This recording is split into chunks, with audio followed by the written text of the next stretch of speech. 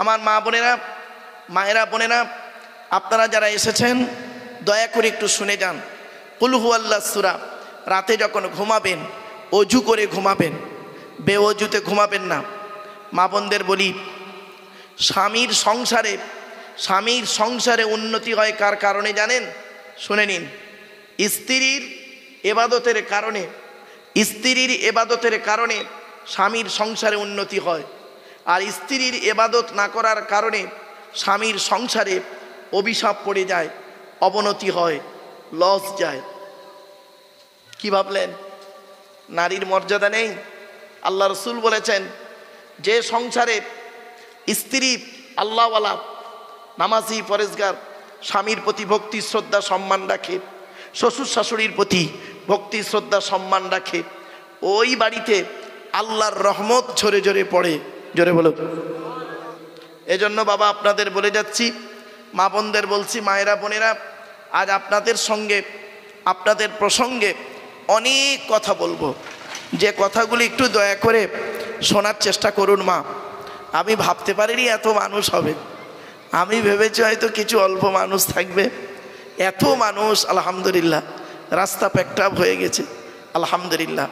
তবে বাবা, যারা নিচে বসেছেন কষ্ট হচ্ছে হয়তো, দেখতে পাচ্ছেন না, আপনারা একটু চেয়ারে বসলে ভালো হয়। কষ্ট হচ্ছে হয়তো বাবা, আসলে মানুষ, কমিটির মানুষ বেচারা বুঝতে পারেনি এত মানুষ হবে, পুরুষ। আমার মা বোনেরাও এসেছে অনেক। আমার মায়েরা, বোনেরা, আপনারা একটু ধৈর্যের পরিচয় দিন। আজ আলোচনাটা শুনুন, লস হবে না আপনাদের। আল্লাহর কোরআন কোনোদিন কাউকে ঠকায় না, নবীর হাদিস কোনোদিন কাউকে ঠকায় না। চলেন একটা একটা করে বলে যাচ্ছি আপনাদের। এবার আসছি, পৃথিবীতে আল্লাহ বলছেন, আমি মানব জাতিকে সৃষ্টি করেছি, মানব জাতিকে সৃষ্টি করেছি। আচ্ছা, আমাদের সৃষ্টিকর্তা কে? জোরে বলুন। আল্লাহ। সৃষ্টিকর্তা হতে গেলে তার 4টে গুণ থাকতে হবে। কি কি? 1 নাম্বার, তিনিই সৃষ্টিকর্তা হবেন, যিনি হবেন একক। কি বললাম বাবা? একক। এই পৃথিবীতে একা কেউ নেই, আছে কারণ না কারোর মাধ্যমে এসছি আমরা, বাপের মাধ্যমে, মায়ের মাধ্যমে, কারণ না কারোর মাধ্যমে এসছি। একা কেউ নেই। তো একাই যিনি, তিনি হলেন আল্লাহ। সুবহানাল্লাহ বলেন। 2 নাম্বার, সৃষ্টিকর্তা যিনি হবেন তাকে কারোর মুখাপেক্ষী হলে হবে না। তো এই পৃথিবীতে কে মুখাপেক্ষী নন বলুন তো দেখি? আমরা সবাই মুখাপেক্ষী। আমি ছোটবেলায় মায়ের দুধের মুখাপেক্ষী ছিলাম। মা যখন দুধ দেবে তখন খাবো। আবার এখন স্ত্রীর মুখাপেক্ষী। কেন? বউ রান্না না দিলে, ভাত না যতক্ষণ না দিচ্ছে ততক্ষণ আমার গালে উঠছে না। আবার বুড়ো হয়ে যাব, আরও যখন বুড়ো হয়ে যাব, খুব বেশি বুড়ো হয়ে গেলে তখন বৌমার মুখাপেক্ষী। ঠিক না বেঠিক? শ্বশুরমশাই, বুড়ো মানুষগুলো গোসল করে এসে বসে আছে, বৌমা কখন 2টো ভাত দেবে। বাস্তব। তাহলে সৃষ্টিকর্তা তিনিই হবেন, যিনি কারণ মুখাপেক্ষী হবেন না। তাহলে এই পৃথিবীতে অমুখাপেক্ষী কে? একজন, তিনি কে? আল্লাহ। তাহলে 2টো হলো। 3 নাম্বার, সৃষ্টিকর্তা তিনিই হবেন যিনি তাকে কেউ জন্ম দেবে না। সৃষ্টিকর্তা তিনিই হবেন যাকে কেউ জন্ম দেবে না। তাকে কেউ যদি জন্ম দেয়, তাহলে যিনি জন্ম দিয়েছেন তিনিই তো সৃষ্টিকর্তা হয়ে যাবে। ঠিক না বেটি? আল্লাহকে যদি কেউ জন্ম দেয়, তাহলে যিনি জন্ম দিয়েছেন তিনিই তো সৃষ্টিকর্তা হবেন। সুতরাং সৃষ্টিকর্তা তিনিই হবেন, তিনি কাউকে জন্ম দেবেন না, আর তাকেও কেউ জন্ম দেবে না। এই পৃথিবীতে এমন কে আছে বলুন? আপনি, আমি, আমার বাপের পৃষ্ঠ হতে, মায়ের পেটে থেকে নির্ধারিত দিনে, নির্ধারিত টাইমে পৃথিবীতে এসেছি আমি। ঠিক না বেঠিক? আমি, আপনি সকলেই। আবার দেখুন, আমি আমার স্ত্রীর সঙ্গে সম্পর্ক করে আমি আমার সন্তান জন্ম দিয়েছি। সুতরাং আমাকে জন্ম দেওয়া হয়েছে, আমিও জন্ম দিয়েছি। আমার বাপ আমাকে জন্ম দিয়েছে, আমি আমার সন্তান জন্ম দিয়েছি। সুতরাং সৃষ্টিকর্তা হতে গেলে কি করতে হবে? তাকে কেউ জন্ম দেয়নি, আর সেও কাউকে জন্ম দেয়নি। সুতরাং আমি, আপনি হতে পারলাম না। একজনই আছেন, তিনি কে? আল্লাহ। 4 নাম্বার, এই সূরাটার যে এত মূল্য আপনারা হয়তো বুঝতে পারেননি। বাবা, আলেম উলামারা যারা আছেন তারা বুঝতে পারছেন। এই সূরাটার এত আলোচনা সারা পৃথিবীতে, এই কুল হুয়াল্লাহ সূরা। 4 নাম্বার হলো সৃষ্টিকর্তা তিনিই হবে, তার সমকক্ষ কেউ হলে হবে না, তার সমকক্ষ কেউ হবে না। এবার আসুন দেখি, আপনার সমকক্ষ কেউ নেই, আপনি পুরুষ, উনি পুরুষ, ঠিক না বেঠিক? আপনার মধ্যে যা যা আছে ওনার মধ্যে তাই তাই আছে। হ্যাঁ, 3টে জিনিস আলাদা। আল্লাহ নিজেই বলেছেন, তুই পুরুষ, তুই পুরুষ, তোর মধ্যে যা যা আছে ওর মধ্যে তাই তাই আছে। তবে আমি আল্লাহ আমার সৃষ্টির টেকনিক্যাল 3টে জিনিস আলাদা করে দিয়েছি। 3টে জিনিস আলাদা, আমি বলে দিচ্ছি, একটু পরেই দাঁড়ান, জেনে যান। আজকের জীবনে অনেক ওয়াজ শুনেছেন, অনেক বক্তার ওয়াজ শুনেছেন, বাপ মনে করুন না এই 2-2.5 ঘন্টা একটু বসেছি লোকটার কাছে, একটু বেকার, এই মনে করে একটু বসুন, লস হবে না ইনশাল্লাহ। দেখেন, এবার আসছি, সৃষ্টিকর্তা আল্লাহ বলছেন আমি তোদের সৃষ্টি করেছি। কিভাবে সৃষ্টি করলাম? কোরআন বলছে ওয়ালাকাদ খলাকনাল ইনসানা মিন সুলালাতিন মিন তিন সুম্মা জাআলনাহু নুতফাতান ফি করারিম মাকিন। সহজ সরল বাংলা মানে এটা কি? আল্লাহ বলছেন আমি মাটির নির্যাস থেকে তোদের তৈরি করেছি। আচ্ছা, মাটির নির্যাস থেকে তৈরি করেছি মানে আমরা কি দিয়ে তৈরি? বলুন না বাবা, একটু বলো। সকলে বলে মাটির তৈরি, তা মাটির তৈরি কি করে হলো? বাপের পৃষ্ঠ হতে মায়ের পেটেতে এলেন, তা মাটিটা ঢুকলো কোথায় ওর ভেতরে? না বাবা, আল্লাহ বলেই দিয়েছে আমাকে, এই জন্যই তো জলসা দেওয়া হয়, এই জন্যই। শুনে নিন, বাপের পৃষ্ঠ হতে মায়ের পেটে আমরা এসেছি, পৃথিবীর মুখ দেখেছি। শুনে নিন, আমাদের দেহের মধ্যে যা যা উপাদান আছে সবগুলি উপাদান মাটির মধ্যে আছে। এই জন্য একটা মানব দেহ কয়েকদিন মাটি চাপা দিয়ে রেখে এলে কয়েকদিনের মধ্যে ওই মানব দেহটাকে মাটি আস্তে আস্তে আস্তে আস্তে খেয়ে নেয়। কয়েক কটা দেহ মাটি খেতে পারে না, টাটকা থাকে, পচে না মাটিতে, কয়েক কটা দেহ। তো আমার বাপেরা, এখানে যত মানুষ বসে আছেন, মায়েরা বোনেরা, আসুন তো দেখি, আমি কয়েক কটা দেহর নাম বলছি, ওই দেহগুলোর মধ্যে থেকে আমাদের যেন একটা দেহ হয়। চলুন, 1 নাম্বার, নবীদের দেহ মাটি খেতে পারে না, টাটকা থাকে, জোরে বলুন সুবহানাল্লাহ। শহীদানদের দেহ, কাদের কাদের কাদের? শহীদানদের দেহ মাটি খেতে পারে না, টাটকা থাকে। কোনোদিন ভাবেননি আপনারা কি জানেন? ভালো করে শুনে নিন বাপেরা, এখনো পর্যন্ত যত সাহাবী, আরব সরকার যত সাহাবীর লাশ বের করেছে, প্রত্যেকটা সাহাবীর লাশ টাটকা আছে। আপনারা দেখেননি না? এই ছেলেরা, যুবকরা, তোমার ইউটিউব ঘাঁটো, খালি বলবে সাহাবীদের লাশ, কতগুলো সাহাবীর লাশ বেরোবে তার ঠিক নেই। 1500 বছর আগে যারা শহীদ হয়ে গেছে তাদের লাশ আজও টাটকা রয়েছে, পচেনি। শহীদানদের লাশ কোনোদিন পচে না, মাটি খেতে পারে না, টাটকা থাকে। 3 নাম্বার হলো মোকাম্মাল কোরআনে হাফেজের লাশ। মোকাম্মাল কোরআনে হাফেজ, কি হাফেজ? হ্যাঁ, আমি বলেছি, আমি একটা কথা যখন 2বার বলবো জানবেন তার মধ্যে কিছু রহস্য আছে। মোকাম্মাল কোরআনে হাফেজ, যাই তাই ছেঁচড়া মার্কা হাফেজ সাহেবের কথা বলিনি। ওই হাফেজ সাহেব হয়ে মসজিদে ইমামতি করছে আর পাশের বাড়ির মেয়েটার পেটে বাচ্চা আনিয়ে দিল, ওই হারামখোরের কথা বলিনি। হাফেজ সাহেব মোকাম্মাল কোরআনে হাফেজের লাশ মাটি খেতে পারে না। আমার মা বোনদের বলি, মায়েরা বোনেরা শুনে নিন, ও আমার মায়েরা বোনেরা, আপনার পেট থেকে যদি আল্লাহ 2, 3, 4টে বাচ্চা দেয়, পেট থেকে যদি আল্লাহ পাক 2, 3, 4টে বাচ্চা দেয়, হাতে ধরে বলে যাচ্ছি মা, একটা বাচ্চাকে অন্তত কোরআনে হাফেজ করাবে। কোরআনের হাফেজের বাপ আর মায়ের মাথায়, কোরআনের হাফেজের বাপ আর মায়ের মাথায় কিয়ামতের মাঠে আল্লাহ পাক নূরের টুপি পরাবে। আপনি ভাবতে পেরেছেন? আপনাদের ধারণা হয় হাফেজ সাহেব হলে খাওয়াবে কি? খাওয়াবার মালিক কে? আল্লাহ। হাফেজের মর্যাদা কি জানেন বাবা? এই কোরআনের মর্যাদা কি? চলেন, 4 নাম্বার হলো হাক্কানি আলেমের দেহ। হাক্কানি আলেম, ছাঁচড়া মার্কা আলেম নয়, হাক্কানি আলেমের দেহ মাটি খেতে পারে না, টাটকা থাকে। 5 নাম্বার হলো মুয়াজ্জিনের দেহ। কার দেহ? মুয়াজ্জিনের দেহ। 12 বছর যদি কেউ নিঃস্বার্থভাবে আজান দেয়, ওই দেহ মাটি খেতে পারে না, টাটকা থাকে। জোরে বলুন সুবহানাল্লাহ। এই 5টা জিনিস আমরা হতে পারবো কি তা জানি না। 1 নাম্বার, আমরা নবী হতে পারবো না। কেন? শেষ নবী মুহাম্মদ সাল্লাল্লাহু আলাইহি ওয়াসাল্লাম হয়ে গেছেন। 2 নাম্বার, শহীদান হয়ে মরতে পারবো কি তা জানি না। 3 নাম্বার, কোরআনে হাফেজ হতে পারবো কি তা জানি না। 4 নাম্বার, হাক্কানি আলেম হতে পারবো কি তা জানি না।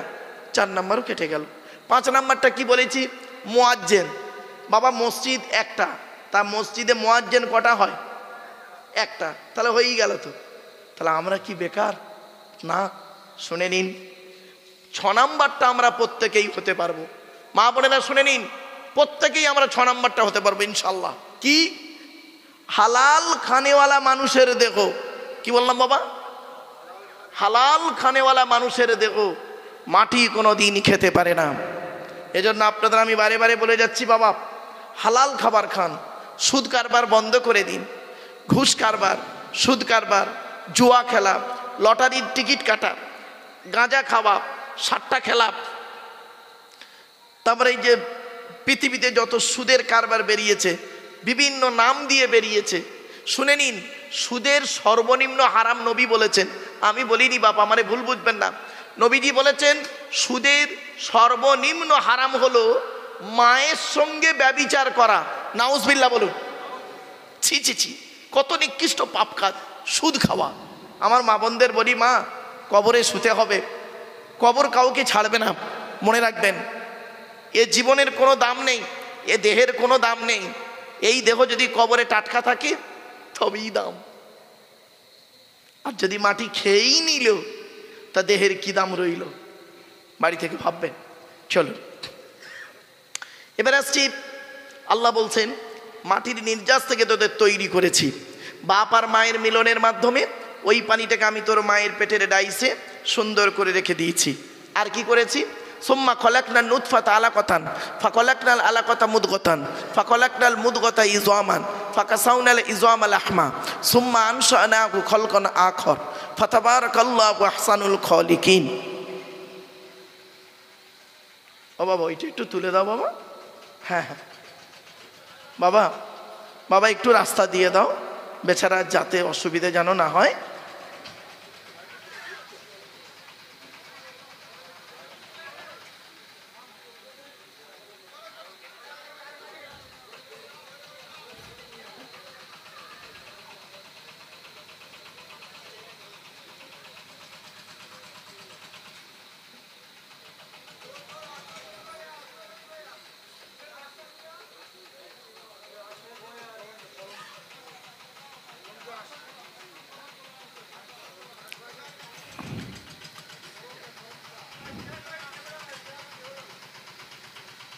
হ্যাঁ বাবা, একটু আস্তে আস্তে ওকে পার করে দাও বাবা।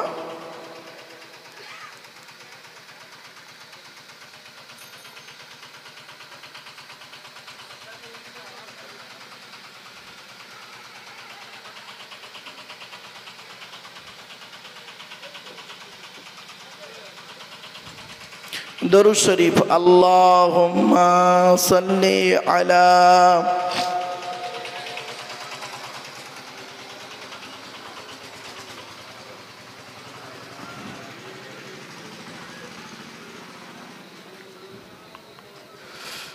প্লিজ অ্যাটেনশন, এদিকে বাপ, এদিকে। এরপরে আল্লাহ বলছেন ওই পানিটার 40 দিন পরে রক্তপিণ্ড করেছি, তার 40 দিন পরে মাংসপিণ্ড করেছি, তার 40 দিন পরে হাড় তৈরি করেছি, হাড়ে আর মাংসই সুন্দর করে লাগিয়ে দিয়েছি। আমি আল্লাহ তোর মায়ের পেটের ভিতরে সুন্দর একটা আকৃতি দান করেছি। জোরে বলুন সুবহানাল্লাহ। আমরা মায়ের পেটে এসে গেলাম। এরপরে আল্লাহ বলছেন তোর দেহের মধ্যে আমি 4টে গুরুত্বপূর্ণ অর্গান দিয়েছি। আমার মায়েরা, বোনেরা, বাবাজিরা শুনে নিন, আমাদের দেহের মধ্যে 4টে গুরুত্বপূর্ণ জিনিস আছে। আজকের বাড়িতে গিয়ে আপনারা এই 4টে জিনিসকে যত্ন করবেন আপনার দেহের। এই 4টের একটা যদি খারাপ হয়ে যায় আপনি 100% মারা যাবেন, বাঁচবেন না। 4টে একসঙ্গে যদি খারাপ হয়ে যায় তো মরে যাবেন সঙ্গে সঙ্গে, আর একটা যদি খারাপ হয় আস্তে আস্তে যাবেন। কি কি 4টে জিনিস শুনে নিন। 1 নাম্বার ব্রেন। ব্রেনটাকে ঠিক রাখুন। অযথা চিন্তা টেনশন করে স্ট্রোক করবেন না। আল্লাহ বলছে তুই দুনিয়ার টেনশন করে কেন স্ট্রোক করছিস? তোকে আমি দুনিয়ার টেনশন করতে বলেছি? আমি তো তোকে বলছি তুই কিয়ামতের টেনশন কর, আমার কোরআনকে নিয়ে চিন্তা কর, আমার কোরআনকে নিয়ে গবেষণা কর, আমার কোরআনের চিন্তা কর। কিরকম চিন্তা? আল্লাহ কিভাবে আকাশটাকে তৈরি করলো, কি করে গ্যালাক্সি, নেহারিকা, চন্দ্র, সূর্য, নক্ষত্র কিভাবে হলো, এইভাবে নিয়ে চিন্তা কর। পাহাড় নিয়ে চিন্তা কর, সমুদ্র নিয়ে চিন্তা কর, কি করে সমুদ্রের ধারে দাঁড়াবি, সমুদ্রের ধারে দাঁড়াবো। এই দীঘায় বেড়াতে যান আপনারা, দীঘা, আমি ওদিকে জলসা করতে যাই গো বাপ। তো দীঘায় বেড়াতে গিয়ে ওল্ড দীঘাতে সন্ধ্যাবেলায় বসেন অনেকে, তো ওইখানে গিয়ে আপনি কি করেন? শুধু ওই মানে ইয়ার কি ফোসকমি করেন, পাপ কাজের দিকে না গিয়ে ওই ধারে বসে আপনি ভাববেন, গালে হাত দিয়ে চিন্তা করবেন, আল্লাহ পৃথিবীর কোন শক্তি আছে সমুদ্রের ওই পারে পানিটাকে ঠেলে তুলে দিচ্ছে এই দিকে, আবার চলে যাচ্ছে। আজ পর্যন্ত বৈজ্ঞানিকরা গবেষণা করে পারেনি এই জোয়ার ভাটা আর ঢেউগুলো আসছে কিভাবে। কোরআন বলছে একবার লক্ষ্য করো। আল্লাহ বলছে সমুদ্র নিয়ে চিন্তা করো, আল্লাহ বলছে তুই পাখিগুলো নিয়ে চিন্তা কর, গাছগুলো নিয়ে চিন্তা কর। এই চিন্তা কর, যত চিন্তা করবি, গবেষণা করবি, তত তোর মেধা শক্তি আমি আল্লাহ বাড়িয়ে দেবো, জেরে বলুক। আর যত দুনিয়ার চিন্তা করবি, লোকের বাঁশ দিবি কি করে, লোকের গোঁজা মারবি কি করে, ধর্মের গোঁজা মারবি, লোকের গোঁজা মারবি, ক্ষতি করার ধান্দা করে বুদ্ধি আঁটবি, ততই তোর ব্রেন নষ্ট হবে, স্ট্রোক হবে, টেনশন হবে, সব কিছু হবে। তুই আখেরাতের চিন্তা কর, আমি আল্লাহ আমার সৃষ্টি নিয়ে গবেষণা কর, আমি তোর মেধা শক্তি বাড়িয়ে দেবো। তো এক নম্বর আল্লাহ বলছেন তোর ব্রেনটাকে যত্ন কর। আজকের ব্রেনটাকে যত্ন করবেন বাড়িতে গিয়ে। মা বোনেদের বলে যাচ্ছি, মায়েরা বোনেরা, যে খাবারগুলো খেলে বাচ্চাদের ব্রেনের উপকার হবে সেই খাবারগুলো খাওয়াবেন। যে খাবার খেলে বাচ্চাদের মেধা শক্তি বাড়বে সেই খাবারগুলো বাচ্চাদের খাওয়াবেন, চেষ্টা করুন। 2 নাম্বার আল্লাহ বলছেন হার্ট। কি বললাম বাবা? হার্ট। এই হার্টটাকে ঠিক রাখুন। হার্ট ব্লক হয়ে গেলে শেষ। 3 নাম্বার আল্লাহ বলছেন লিভার। কি বললাম বাবা? লিভার। আল্লাহ জানেন এই পৃথিবীতে যত খাবার আমি তৈরি করেছি, এই পৃথিবীর হালাল খাবারগুলো খেতে গিয়ে এই আদমের সন্তানদের ফ্যাটি লিভার হবে, লিভারে চর্বি জমে যাবে। আল্লাহ ভালোই জানেন। সেই জন্য আল্লাহ পাক বলে দিলেন ওই লিভারের চর্বি কমানোর জন্য, তো লিভারটাকে ঠিক রাখার জন্য বিকল্প একটা খাবার পৃথিবীতে তৈরি করে দিয়েছি। লিভারের বিকল্প খাবার তৈরি করে দিয়েছি, যেটা তো শরীরের খুব উপকার হবে, লিভারটা ঠিক রাখবে। আচ্ছা ওই খাবারটার নাম বলতে পারেন কেউ বাবা? বলতে পারবেন? শুনে নিন, পেঁপে। কি বললাম? পেঁপে। বাড়ি থেকে ভাববেন। 4 নাম্বার আল্লাহ বলছেন তো দেহের মধ্যে 4 নাম্বার গুরুত্বপূর্ণ জিনিসটার নাম হলো কিডনি। কিডনিটাকে ঠিক রাখবি। নবীজি বলেছেন বেশি বেশি করে পানি পান করবে। আর নবীজির কথাই নিয়ে সারা বিশ্ব গবেষণা করে বলল, মেডিকেল সায়েন্স বলছে সারা দিনে একজন প্রাপ্ত নারী পুরুষের জন্য সারা দিনে 4 থেকে 6 লিটার পানি পান করতে হবে। আমার মা বোনদের বলি, মায়েরা বোনেরা, আপনাদের কিডনির প্রবলেমটা একটু বেশি। অনেক সময় প্রেসার চেপে রাখলে কিডনিতে পাথর জমে, অনেক সময় ইনফেকশন হয়। এজন্য মা বোন বাবাজি যুবক ভাইদের বলছি, কিডনিটাকে ঠিক রাখার জন্য বেশি বেশি করে পানি পান করুন। বিজ্ঞান বলছে 4 লিটার পানি পান করো সারা দিনে। আপনি ক গ্লাস পানি পান করেন? সারা দিনে 3 গ্লাস। তাও 3 গ্লাস হয় কি তা জানি না। সকালে 1 গ্লাস, দুপুরে 1 গ্লাস, রাতে 1 গ্লাস। আর বাকি সারাদিন কি খায় জানেন? শুনে নিন, রাগ করবেন না। তেরেঙ্গা, খৈনি, গুটকা, শান্তি, অশান্তি, বিমল, সিগনেচার আর চা খাচ্ছে। তা তোমার কিডনি খারাপ হবে না হবে কার? তুমি পর্যাপ্ত পরিমাণ পানি পান করো, কিডনি ঠিক থাকবে। ছোট্ট একটা উদাহরণ দিচ্ছি, বাড়িতে গিয়ে ভাববেন। আল্লাহ নবীর, আচ্ছা বাপেরা, আখেরি দোয়া একটা হবে তো? ভাই বলুন না। আচ্ছা এই দোয়াটা কবুল হয় বুঝবো কি করে? বলতে পারবেন? শুনে নিন, দয়া করে একটু শুনে যান একটু। আল্লাহ নবীর কাছে একজন যুবক ছেলে এসছে। আল্লাহ নবীর কাছে একজন যুবক ছেলে এসে বলছে, ইয়া রাসূলুল্লাহ, আমরা যে দোয়া চাই, দোয়া কবুল হয় বুঝবো কি করে? নবীজি বললেন, শোনো, দোয়া কবুল হবার 5টা শর্ত আছে। কটা? আজকের এই 5টা শর্ত বলে দিচ্ছি। এই 5টা শর্ত যার যার মধ্যে পাবেন, চোখ বন্ধ করে বলবেন, ওই লোকটার দোয়া আল্লাহ কবুল করবে। সে দাড়িওয়ালা হতে পারে, দাড়ি চাঁচা হতে পারে, টুপিওয়ালা হতে পারে, টুপি ছাড়া হতে পারে, পাঞ্জাবিওয়ালা হতে পারে, শার্টওয়ালা হতে পারে। ওটা দেখবেন না, ওটা দেখবেন না। লরিওয়ালা হতে পারে, টোটোওয়ালা হতে পারে। 5টা জিনিস আল্লাহর নবী বললেন, যুবক, এই মা বোনেরা শুনে নিন, নবীজি বললেন, যুবক দোয়া যখন চাইবে, 1 নাম্বার হলো হালাল খাবার খেয়ে দোয়া চাইবে। হারাম খাবার খেয়ে মোনাজাতে উনি কাকুতি মিনতি করে কাঁদছে, ও দোয়াই কবুল হবে না। আপনি কি ভাবছেন ইসলামটাকে এত সহজ বলে মনে করলেন? আগে হালাল খাবার খান। এই জন্য আমি বারে বারে একটা কথা বলে যাচ্ছিলাম আপনাদেরকে, হালাল খাবার ভক্ষণ করুন, হালাল খাবার ভক্ষণ করুন। নবীজি বললেন 1 নাম্বার, দোয়া যখন চাইবে তুমি হালাল খাবার খেয়ে দোয়া চাইবে, ওই দোয়া আল্লাহর দরবারে কবুল হয়ে যাবে। 2 নাম্বার, যুবক দোয়া যখন চাইবে পৃথিবীর কোনো ব্যক্তি বস্তুর কাছে চাইবে না, একমাত্র আল্লাহর কাছে চাইবে। 2টো হলো। 3 নাম্বার, দোয়া যখন চাইবে সকলের জন্য দোয়া চাইবে, শুধু আমার বাপ আমার দাদা এরম বলো না, সকলের বাপ দাদার নামে দোয়া চাইবে। 4 নাম্বার, দোয়া যখন চাইবে, হাদিস, ইন্না দুআ মাওকুফুম বাইনা সামাই ওয়াল আরদি লা ইয়াসআদু মিনহু শাইউন হাত্তা তুসাল্লি আলা নবিকা। আল্লাহর নবী বলেন, তোমরা যে দোয়া চাও ওই দোয়াটা আসমান আর জমিনের মধ্যবর্তী জায়গায় অবস্থান করে। ওই দোয়াটা উপরেও নিয়ে যেতে পারে না, নিচেও নামাতেও পারে না, যতক্ষণ পর্যন্ত তোমরা নবীর উপরে দরুদ পাঠ না করে দোয়া চাও। মনে রাখবেন, এজন্য দোয়া যখন চাইবেন নবীর উপরে দরুদ পড়ে দোয়া চাইবেন। 4 নাম্বার। 5 নাম্বারটা খুব ইম্পর্টেন্ট, খুব ইম্পর্টেন্ট। কি? নবীজি বললেন, যুবক দোয়া যখন চাইবে বিনয়ীর সঙ্গে দোয়াটা চাইবে। কি বললাম বাবা? বিনয়ীর সঙ্গে দোয়াটা চাইবে।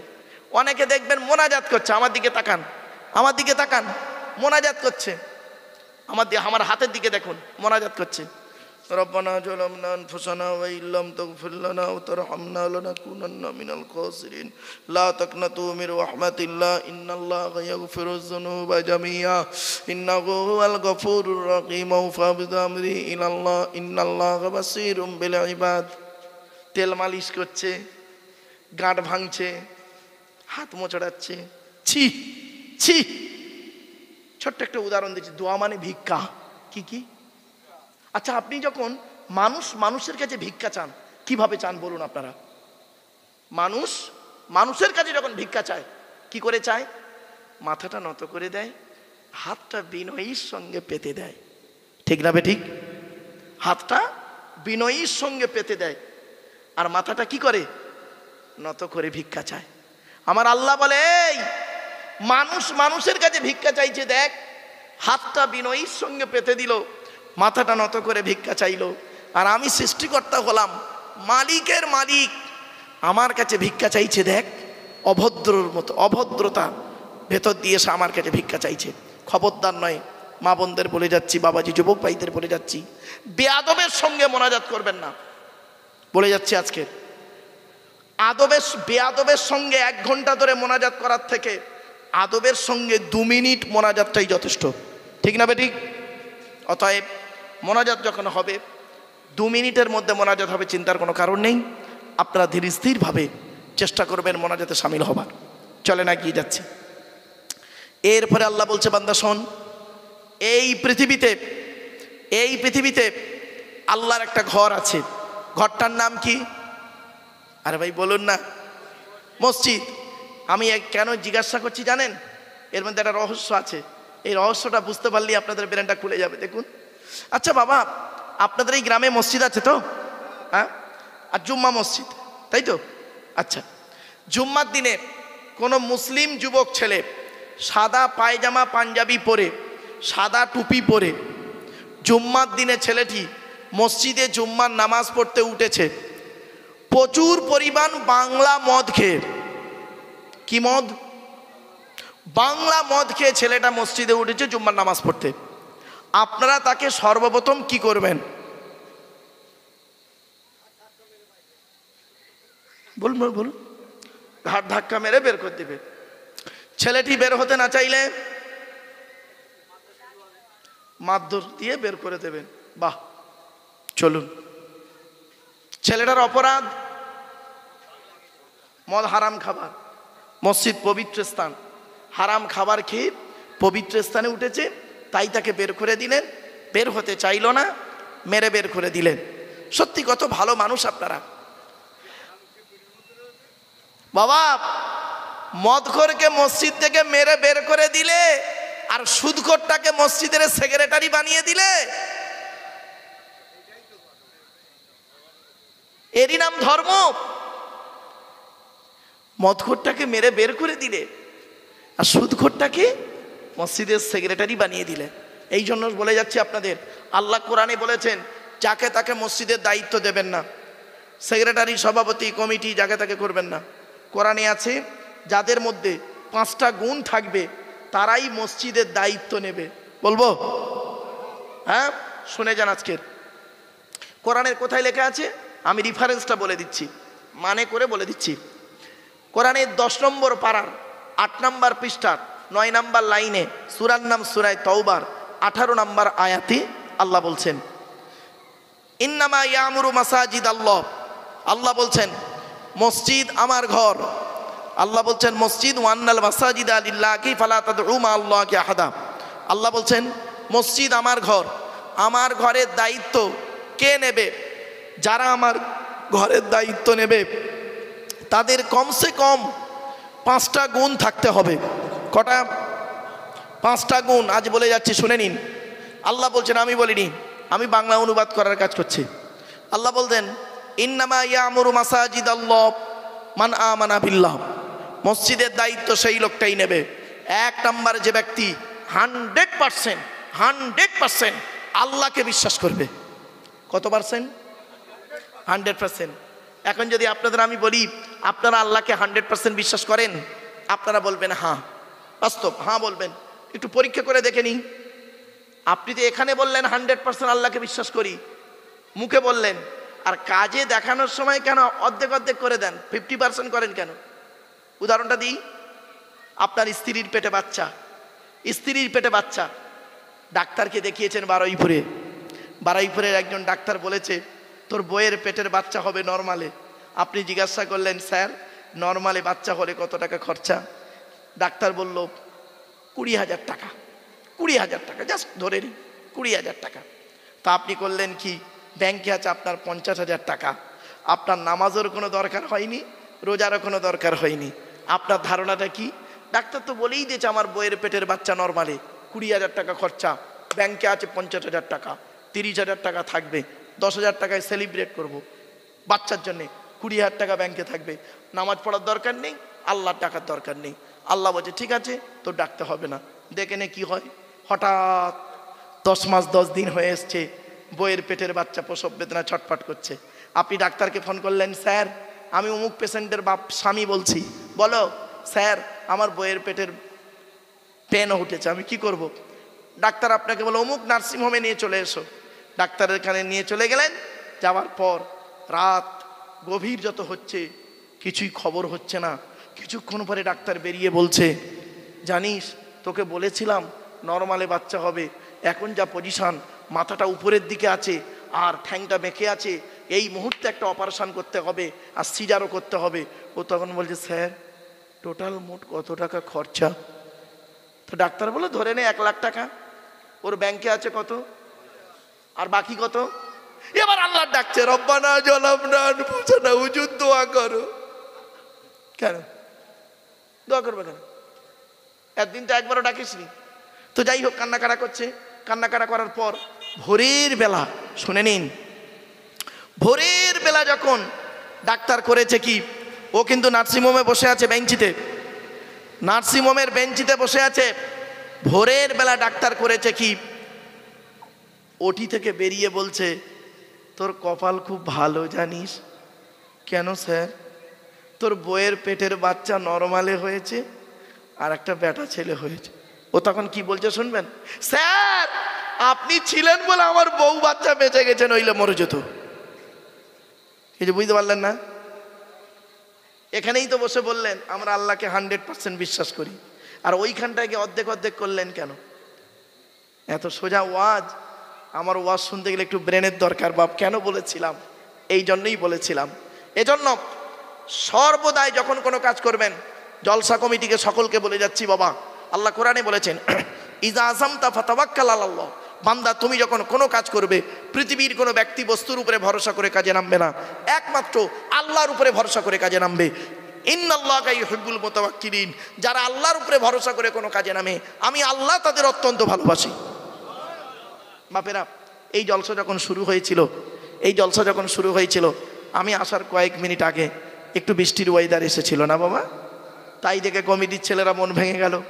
আমার আল্লাহ বলে টেনশন নিস নি, তোদের ভরসা নিয়তটা যদি আমাকে খুশি করার জন্য হয়, আল্লাহকে খুশি করার জন্য হয়, ঠিক আমি বর্ষার পানিটা আস্তে আস্তে ওই মুহূর্তে কিছুক্ষণের জন্য একটু সরিয়ে দিলাম, জলসাটা হয়ে যাক, তারপর আবার ঝাড়বো।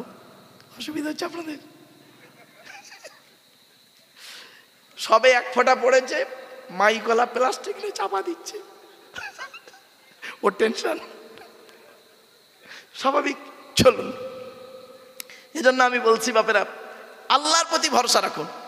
এজন্য আপনাদেরকে আমি অনুরোধ করে বলে যাচ্ছি বাপেরা, মা বোনেরা শুনে নিন, আল্লাহর নবী সর্বদাই কোনো কাজ করতে গেলে আল্লাহর নাম নিয়ে করতেন। আল্লাহর নবী বলেছেন কুল্লু আমরিন জিবালিন লাম ইবদা বিসমিল্লাহির রহমানির রহিম ফাহু আফতার। আল্লাহ নবী বলেন প্রত্যেকটা কাজ যখন শুরু করবে বিসমিল্লাহ দিয়ে শুরু করবে, আল্লাহর নাম নিয়ে শুরু করবে। নবীজি খেতে গেলে আল্লাহর নাম, শুতে গেলে আল্লাহর নাম, উঠতে গেলে আল্লাহর নাম, বসতে গেলে আল্লাহর নাম, মসজিদে ঢুকলে আল্লাহর নাম, মসজিদ থেকে বেরোলে আল্লাহর নাম, পায়খানায় গেলে আল্লাহর নাম, পায়খানা থেকে বেরোলে আল্লাহর নাম, বাজারে গেলে আল্লাহর নাম, বাজার থেকে ফিরে এলে আল্লাহর নাম, যুদ্ধের ময়দানে গেলে আল্লাহর নাম, যুদ্ধ থেকে ফিরে এলে আল্লাহর নাম। আল্লাহকে সর্বদা সঙ্গে রাখতেন। আল্লাহ পাক বলেছেন বান্দা তুই আমাকে সঙ্গে রাখ, আর কাউকে রাখতে হবে না, তোর দায়িত্ব আমি নিয়ে নেবো। আর তুই আমাকে বাদ দিয়ে ওকে তাকে সঙ্গে রাখবি, ফেঁসে যাবি। দাঁড়ান, একটু পরেই আসছি, ফেঁসে যাবি। অতএব আমি আল্লাহ, আমাকে সঙ্গে রাখ, আমি আল্লাহ তোর যদি উপকার করি, পৃথিবীর কারোর ক্ষমতা নেই তোর ক্ষতি করে। ঠিক না ঠিক? কোরআনে আল্লাহ বলেছেন সূরা ফাতিরের 2 নম্বর আয়াতে, মা ইয়াফতাহিল্লাহু লিন-নাসি মির রাহমাতিন ফালা মুমসিকা লাহা ওয়া মা ইউমসিক ফালা মুরসিলা লাহু মিন বাদিহি ওয়া হুয়াল আজিজুল হাকীম।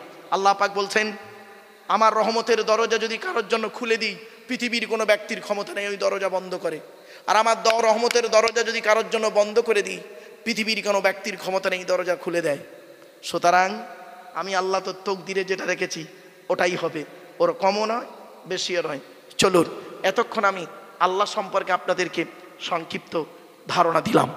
এবার আসছি, আল্লাহ পাক বলছেন ওয়ালাউ আন্না মাহফিল আরদি বিন শাজারাতিন আকলামু ওয়াল বাহরু ইয়ামুদ্দুহু মিন বাদিহি সাবআতু আবহুরিম মা নাফিদাত কালিমাতুল্লাহ।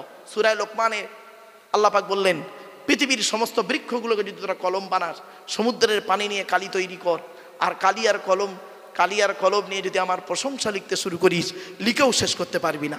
জোরে বলুন। কোরআনে আছে ওয়া ইন তাউদ্দু নিমাতাল্লাহি লা তুহসুহা, আমার নিয়ামতগুলো তোরা গণনা করতে শুরু কর, গুনেও শেষ করতে পারবি না। জোরে বলুন সুবহানাল্লাহ। চলুন, এতক্ষণ আমি আপনাদেরকে আল্লাহ সম্পর্কে একটু সংক্ষিপ্ত ধারণা দিয়েছি। আপনারা আল্লাহর উপরে ভরসা রাখুন। মা বোনদের বলে যাচ্ছি, বাবাজি যুবক ভাইদের বলে যাচ্ছি, আল্লাহর উপরে ভরসা রাখুন। এরপরে যে আলোচনাটায় আসছি, এই আলোচনাটা খুবই ইম্পর্টেন্ট আলোচনা। চলুন, আল্লাহর পরেই স্থান হলো নবীদের। কাদের? নবীদের পরিচয় হলো 3টে। কটা? আচ্ছা, আল্লাহর পরিচয় কটা বলেছিলাম? 4টে। নবীদের পরিচয় কটা বললাম? 3টে। কি? 1 নাম্বার, যিনি নবী হবেন তার চরিত্র উত্তম হতে হবে। 2 নাম্বার, যিনি নবী হবেন তার উপর আল্লাহর তরফ থেকে ওহী নাযিল হতে হবে। 3 নাম্বার, যিনি নবী হবেন তার দ্বারাই অলৌকিক ঘটনা ঘটতে হবে, 1টা হোক বা 50টা হোক। পৃথিবীতে যত নবী এসেছেন প্রত্যেক নবীর মাধ্যমে আল্লাহ পাক 1 থেকে 50টার ভিতরে মুজিজা বা অলৌকিক ঘটনা দেখিয়েছেন। আমার নবী বিশ্বনবী কুল কায়নাতের রাসূল রাহমাতুল লিল আলামিন মুহাম্মদ সাল্লাল্লাহু আলাইহি সাল্লামের মাধ্যমে আল্লাহ পাক পৃথিবীতে 1000-এরও বেশি অলৌকিক ঘটনা দেখিয়েছেন। জোরে বলুন। সর্বশ্রেষ্ঠ হলো কোরআনুল মাজিদ নাযিল করা। তাই আপনাদেরকে অনুরোধ করে বলে যাচ্ছি, কোরআনটাকে পড়ার চেষ্টা করুন। মসজিদের ইমাম সাহেব যোগ্য মানুষ, তার কাছে বসে কোরআন পড়াটা শিখে নিন। বাবা, এই জলসা আগামী বছর যদি দিতে চান, আগামী বছর জলসার আগে প্রতিদিন আধ ঘন্টা করে যদি ইমাম সাহেবের কাছে পড়েন, আধা ঘন্টা 30 মিনিট করে পড়লেন, 2 মাসের মধ্যে কোরআন পড়া শিখে নেবেন। আমার বাপেরা, অনুরোধ করে আপনাদের বলে গেলাম বাপ, চলুন এগিয়ে যাচ্ছি। তো আমাদের নবীর পরিচয়টা কি? আমরা যে নবীর উম্মত, তার নাম মোহাম্মদ সাল্লাল্লাহু আলাইহি সাল্লাম, তাই তো নাকি? আচ্ছা, তিনি কোন বংশে জন্মগ্রহণ করেছেন একটু দয়া করে বলবেন? কুরাইশ বংশে। কার নাম কুরাইশ? শুনে নিন, আজকের একটু বলে যাচ্ছি, মাথায় রাখুন। আর আপনাদেরকে সুবহানাল্লাহ বলতে বলবো যখন, একটু দয়া করে উচ্চ আওয়াজে জোরে আন্তরিকতা নিয়ে সুবহানাল্লাহ বলতে হবে। পারবেন ইনশাল্লাহ? চলুন। আচ্ছা, আপনারা বললেন কোন বংশে জন্মগ্রহণ করেছেন? কুরাইশ। কার নাম কুরাইশ? শুনে নিন। মোহাম্মদ সাল্লাল্লাহু আলাইহি ওয়াসাল্লামের পরিচয়টা জানুন। আল্লাহর পরিচয়টা সংক্ষিপ্তভাবে দিয়েছি, এবার নবীর পরিচয়টা সংক্ষিপ্তভাবে একটু জেনে নিন, লাভ হবে, লস হবে না। নবী শব্দের অর্থ হলো সাংবাদিক, আর নাবা শব্দের অর্থ হলো সংবাদ। ইংরাজিতে বলে নিউজ। নিউজ শব্দটা 4টে অক্ষর দিয়ে তৈরি, NEWS। এন থেকে নর্থ উত্তর, ই থেকে ইস্ট পূর্ব, ডব্লিউ থেকে ওয়েস্ট পশ্চিম, এস থেকে সাউথ দক্ষিণ, পূর্ব পশ্চিম উত্তর দক্ষিণ। চারিদিকের খবর যিনি সঠিক এবং সত্য বলেন, তিনি হলেন পারফেক্ট সাংবাদিক। এখনকার সাংবাদিকগুলো বের হয়েছে দেখবেন, এরা দেখে একরকম, বলে একরকম, লেখে আর এক রকম, ফাটাফাটি মারামারি লেগে যায়। এরা হলো মানুষের তৈরি সাংবাদিক, আর নবীরা হলেন আল্লাহর তৈরি সাংবাদিক। আল্লাহ পাক নবীদেরকে যা যা বলেছেন সেইগুলোই বলেছেন, যেগুলো নিষেধ করেছেন সেইগুলো থেকে দূরে রেখে দেন। এই জন্য আল্লাহর তৈরি সাংবাদিক, মানুষের তৈরি সাংবাদিক, বিটুইন ফার ডিফারেন্স, অনেক পার্থক্য। চলুন, নবীদের পরিচয় 3টি বলে দিয়েছি, এবার আসছি নবীর পরিচয়টা কি। আমরা যে নবীর উম্মত, তার নাম মোহাম্মদ সাল্লাল্লাহু আলাইহি সাল্লাম। তিনি কোন বংশে জন্মগ্রহণ করেছেন? কুরাইশ বংশে। তার পরিচয়টা বলে দিচ্ছি, তবে সুবহানাল্লাহটা একটু জোরে বলতে হবে। পারবেন? চলুন। কোন বংশ বললেন? মোহাম্মদের বাপের নাম আব্দুল্লাহ, আব্দুল্লাহর বাপের নাম আব্দুল মুত্তালিব, আব্দুল মুত্তালিবের বাপের নাম আব্দে মান্নাফ, আব্দে মান্নাফের বাপের নাম হাশেম, হাশেমের বাপের নাম কুসাই, কুসাইয়ের বাপের নাম কিলাব, কিলাবের বাপের নাম মুর্রা, মুরার বাপের নাম লুবাই, লুবাইয়ের বাপের নাম কাব, কাবের বাপের নাম গালিব, গালিবের বাপের নাম ফিগির, ফিগির থেকে কুরাইশ বংশ এসেছে। নবীর বাপের নাম আব্দুল্লাহ, মায়ের নাম আমিনা, দাদার নাম আব্দুল মুত্তালিব, দাদির নামটা কি? নেতিলা বিনতে খব্বাব ব্রাকেটে ফতেমা, কেউ বলেছেন সামিরা। নবীর নানার নাম হলো আব্দুল ওয়াহাব জুহরি। নবীর নানির নামটা কি? বারিরা বা বাররা। নবীর দুধ মার নাম হলো হালিমা। নবীর দুধ বাপের নাম হলো হারেস। নবীর দুধ ভাইয়ের নাম আব্দুল্লাহ। নবীর বাপের নাম আব্দুল্লাহ, নবীর দুধ ভাইয়ের নাম আব্দুল্লাহ, দুটো যেন এক করে ফেলবেন না। নবীর জন্ম 570 খ্রিস্টাব্দে। ইংরেজি কি মাস ছিল? 29শে আগস্ট। আরবি মাস ছিল রবিউল আউয়াল মাস, 12 তারিখ, মতান্তরে 9 তারিখ, সোমবার শবে সাদেকের সময় আরবের মক্কা নগরে কুরাইশ বংশে নবীর জন্ম। নবীর বাপেরা হলো 10 ভাই, নবীর মায়েরা হলো 19 বোন। নবীর 9টা চাচা। কটা? নবীর 9টা চাচা, 18টা খালা, 6টা ফুপু, 7টা ছেলে মেয়ে। আপনি তো কিছুই জানেন না। চলেন একটু এগিয়ে যাই। নবীর 9টা চাচার নাম কি? বড় চাচার নাম হারেস। কি বললাম বাবা? হারেস, জুবাইর, মুকাইয়িম, ফাইদাক, জাইদাক, আবুল আহাব, হামজা, আব্বাস, আবু তালেব। নবীর বাপ হলো আব্দুল্লাহ। নবীর 7টা ছেলে মেয়ে, 3টে পুত্র সন্তান, 4টে কন্যা সন্তান। 3টে পুত্র সন্তানের নাম কি? বড় ছেলেটার নাম হলো কাসেম, তাহের বা তৈয়েব, ছোট ছেলেটার নাম হলো ইব্রাহিম। 3টে পুত্র সন্তান। সব থেকে বেশি দিন বেঁচে ছিল একটা সন্তান, 17 মাস 14 দিন। কত বললাম? 17 মাস 14 দিন বেঁচে ছিল, সব থেকে বেশি, হাইস্ট। কি অসুবিধা হচ্ছে? চলুন, এরপরে আসছি 4টে কন্যা সন্তান। বড় মেয়েটার নাম জয়নাব, রুকাইয়া, উম্মে কুলসুম। ছোট মেয়েটার নাম হলো ফাতেমা, যার সঙ্গে নবীজি আলীর বিবাহ দিয়েছিলেন। এখানে একটি প্রশ্ন, তার উত্তর ভালো করে শুনে নিন। মোহাম্মদ সাল্লাল্লাহু আলাইহি সাল্লাম তিনি তার ছোট কন্যা ফাতেমাকে হযরত আলী রাদিয়াল্লাহু তাআলা আনহুকে জামাই করতে গেলেন কেন? আরবে কি ছেলে খুব অভাব ছিল বুঝি? না। আর আলী খুব কোটিপতি ছিলেন বুঝি? তাও নয়। শুনে নিন, হযরত আলী রাদিয়াল্লাহু তাআলা আনহুর মধ্যে আল্লাহ পাক অনেক গুণ দান করেছিলেন, অনেক গুণ দান করেছিলেন। তার মধ্যে দুটো কথা বলি আপনাদেরকে, এখান থেকে শিক্ষা নিয়ে নিন, এখান থেকে শিক্ষা নিয়ে নিন। কোন ছেলেকে জামাই করবেন? এই মা বোনেরা শুনে নিন, মায়েদের গলার আওয়াজ আমার কানে আসছে। মা বোনেরা আপনাদের গলার আওয়াজ আমার কানে আসছে। মা আসতে, এবারে শুনে নিন কথাগুলো। কোন ছেলেকে জামাই করবেন? যাই তাই ছেলেকে জামাই করবেন না, ফেঁসে যাবেন। একলা বাপের একটা ছেলে থেকে জামাই করতে খালি যাবেন না, সব একলা বাপের একটা ছেলে সমান নয়। কোন ছেলেকে জামাই করবেন? কমসে কম যে ছেলের মধ্যে দুটো গুণ থাকবে। কটা? যে ছেলের মধ্যে কমসে কম দুটো গুণ থাকবে, ওই ছেলেকে জামাই করবেন। আর কোন মেয়েকে বৌমা করবেন? খালি সাদা চামড়া দেখে ছুটবেন না। সব সাদা চামড়ার মেয়ে ভালো নয়, সব সাদা চামড়ার মেয়ে ভালো নয়। সাদা চামড়া দেখে খালি ছুটতে যাবেন না। কোন মেয়েকে বৌমা করবেন? যে মেয়ের মধ্যে কোরআনে আছে 6টা গুণ থাকবে। কটা? 6টা গুণ। তা আগে ছেলেদেরটা বলি, তারপর মেয়েদেরটা বলবো। ছেলেদের কটা গুণ বলেছি? দুটো। কি কি? এক নাম্বার, ছেলেটি সৎ ছেলে কিনা খবর নেবে। কি বললাম? সৎ। সৎ কাকে বলে? বক্তব্যের শুরুতেই বলেছি, বুখারীর হাদিস, আল্লাহ রসুল বলেছেন, তোমরা আমাকে দুটো জিনিসের গ্যারান্টি দাও, 2 ঠোঁটের মাঝখানে 2 রানের বীজখানে। মনে পড়ছে? এই দুটো ঠিক আছে কিনা দেখবে। 1 নাম্বার, ছেলেটি সৎ ছেলে কিনা খবর নেবে। 2 নাম্বার, ছেলেটি কর্মী কিনা খবর নেবে। কর্মী, কর্মী ভাষাটা বোঝে? হ্যাঁ, কর্মী মানে পরিশ্রম করে। বাপের হোটেলে খায়, বাপের হোটেলে খায়, এমন ছেলেকে জামাই করতে যাবেন না।